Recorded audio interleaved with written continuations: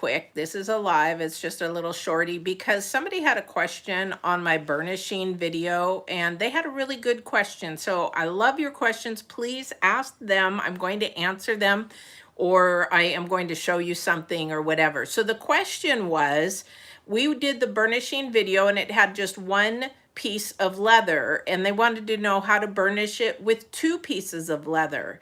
Well, you've got to understand that when you burnish, okay, you're doing your edges, they have to meet up 100%. If you're using beeswax, it's really good. But so what I'm going to show you here is, so you've got two pieces of leather, right? So you have to make sure that they're not off at all. You have to make sure your cut is flat. So if you're using a knife, you have to go to that video about cutting, how to cut leather by hand, because you can actually angle it the wrong way and then you're going to get a angle in on your leather. So instead of this being flat, it's going to be angled. So it's really important when you're cutting your leather, whatever it is, for a wallet or a bag or saddles, whatever it is, you have to make sure that they're both flat. Now these two are pretty flat, okay, but as I'm looking at them, they're not even. Did we just have an earthquake? Sorry, everything just shook for like 2 seconds. That doesn't happen here. We're in Oregon. That doesn't usually happen. Anyway, so if you look at these are butt up against each other. So if you're going to burnish, make sure that you're glued really good together, or you could use like a two-sided, double-sided tape. We sell that at the on our website, but you want to make sure it's flat. Now, if you're going to be using a burnisher, where did I put my burnisher? Of course, I don't have it, and I have the video. Oh, there it is. Now, you like my handy Lazy Susan? It works really well. I love it. My brother designed it, and we sell them through our website as well. But on your burnishing, you can go ahead and use the widest one to burnish it. The other thing too is, I always save you guys money, right? So instead of getting a stitching pony, you can use your, I'm gonna move the camera a little bit, use your vise, which I use. I don't use a stitching pony. But if you're gonna do that, make sure that you're gonna put it in there. You're also going to put a couple pieces of scrap in there so that you don't damage your leather, okay? So if you have a piece of scrap in there, I'm just using that for an example. So you're gonna put that in there as low as you can. This is not a good example, but because I don't have any thin leather sitting here that I want to use. But you would put it in there so that it doesn't damage it, and then tighten it. Okay, when you tighten it, you should have this already glued. Okay, your two pieces glued, and they should be even. Boom, even.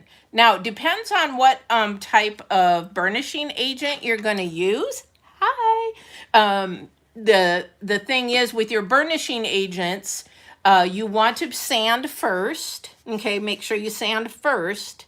And then you're going to go ahead and either use the beeswax, the toconole. You can use other products that we use. I keep saying toconole because that's what I use. So, but this is something that you would do. So if you were to get it, if you were to glue them off this way, would say, what would I do, Patty? If I have one that's slightly higher than the other and you're like, crap, I screwed up. No, you didn't screw up per se, but hello, welcome. I appreciate you coming on and say hi and hi. You didn't screw up, but what you can do is take an extremely sharp box knife or blade and trim that one that is a little bit higher, okay? So like if you had this much and you just trim it and then go ahead. Now double check if you're making a wallet or something like that. Make sure that you haven't messed up the rest of it. Been there, done that. But you want to just make sure that they're even. So that then you can, when you put your burnishing compound on there, then it's smooth. If you're using beeswax, you want to make sure you're getting the beeswax in that crack. Okay, beeswax, again, remember if you watch the burnishing video, it's the old school of what we used to do, but it's really nice. It does look shiny, and it lasts forever, and it's a good water repellent as well.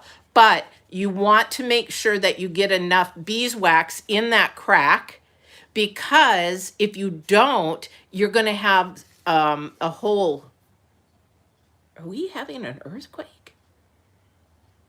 It is weird. I'll have to watch the news tonight to see if we did. I've lived in Japan. I've lived through so many earthquakes. It's unreal.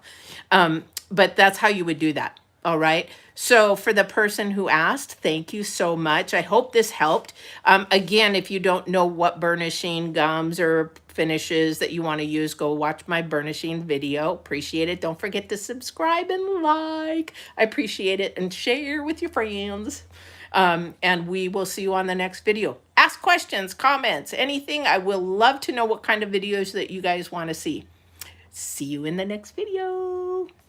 Bye, guys. Thanks for saying hello. Loved it. Loved it.